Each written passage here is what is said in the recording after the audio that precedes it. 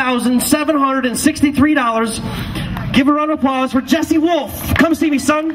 My name's Jesse Wolf. I just won the Great Lakes Bfl, and I was fishing pool 7, fishing spawning fish with a tube, and I had a pretty good day. The wind was calm, water was high, and it was good. Smallmouth. They're all brown. Did you catch a lot of fish today? I wouldn't call 25 a lot, but I caught a 4-pounder right off the bat, and I knew it was on then, so I just kept going at it. Right, Michael Gray, La Crosse, Wisconsin. Had a good day. Started out cloudy.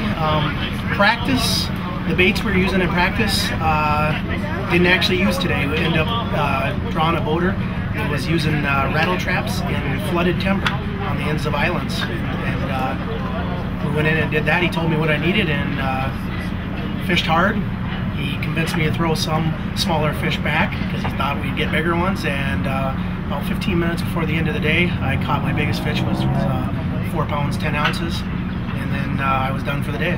All right, I got Ben Petrosky, and he got a check today in the BFL. You placed 5th or tied for 5th? Tied for 5th. And what was your check worth?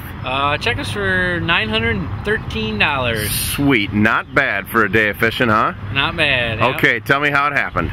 Well, it happened kind of like how I thought it would. I thought it'd only be good for about 15 pounds, but I ended up with like 16.9. Tried to start ledge fishing right away this morning on a rattle trap. Got one on a trap. Cleaned them up with the football head with a Lethal Weapon drag queen. And, awesome. And kind of had to stumble around. There was really crowded today. There's I think 142 boats. So everywhere I went there was somebody kind of already in the area. So I had to do a lot of adjustments, but it took a long time to get them, but it just panned out at the end of the day. So I pretty much fished 8 to 12 feet most of the day. Fishing drops and ledges, either with a rattle trap or a football jig. Probably more on the jig.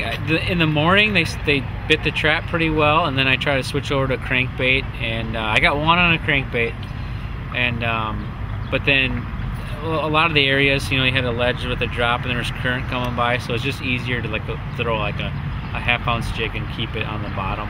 Just seem to bite it more. But they'd eat a trap pretty good if you're on a bunch of them. So Ben Petrosky, 2 weeks in a row, and he got Mr. Bass. He got 36 some pounds for 2 days. This week he follows it up with a BFL top 5 check. You're on a roll, dude. What's next? Next we're going to the Sturgeon Bay Open. Probably a little bit out of our league. Nate Rinaldo, the co-host from North Roads Outdoors, we're going to go up there and throw our hat in the ring and see how well we do. We're pretty excited because it's going to be phenomenal smallmouth fishing. So that's where we're going next. And then after that, it should be some bed fishing time. So I can't wait to go bed fishing. It's my favorite way to fish. So by the time we get back, that should be just about time to start sight fishing. Awesome. Keep the momentum rolling. All right, word. Next time. All right, I got Brian Christensen here. I understand that you got a check today. I did. I tied for 28th place with Bruce Chandler, a local favorite for the BFLs, normally. So you had a giant too, huh? I did. I had a How big? 5'2", or 5'3" actually is what it weighed in. 5'3" largemouth? Yep. What'd you get that dude on? I got that dude on a black and blue Sweet Beaver in about 13 feet of water. No kidding. Yep. Tell me about it. Basically all it is, it's a ledge leading up to a spawning flat that I think these big females sit on for, this time of year. And I knew, by pre-fishing, I knew that there was some bigger ones there, so we stuck with it for probably an hour and a half, 2 hours.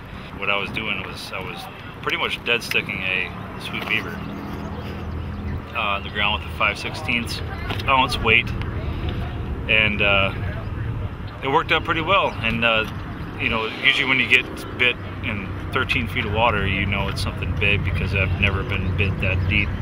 by anything that's under 3 pounds. So did you get to your slough, your slackwater slough up on 7? I did. It was a slackwater slough, and there was actually 32 boats in there before me. In that slough? Yes. 32 boats. I didn't actually officially count that, but there was Jason Duragazi's a club member of ours. His partner actually counted the amount of boats that were in there, and he counted 32 boats. My 4 fish were averaging right around 2 1/4 to 2 1/2, so that 5-pounder definitely helped, and I was shaking for sure. Awesome. Well, hey, that's Brian Christensen from La Crosse. Good job, dude. Thanks.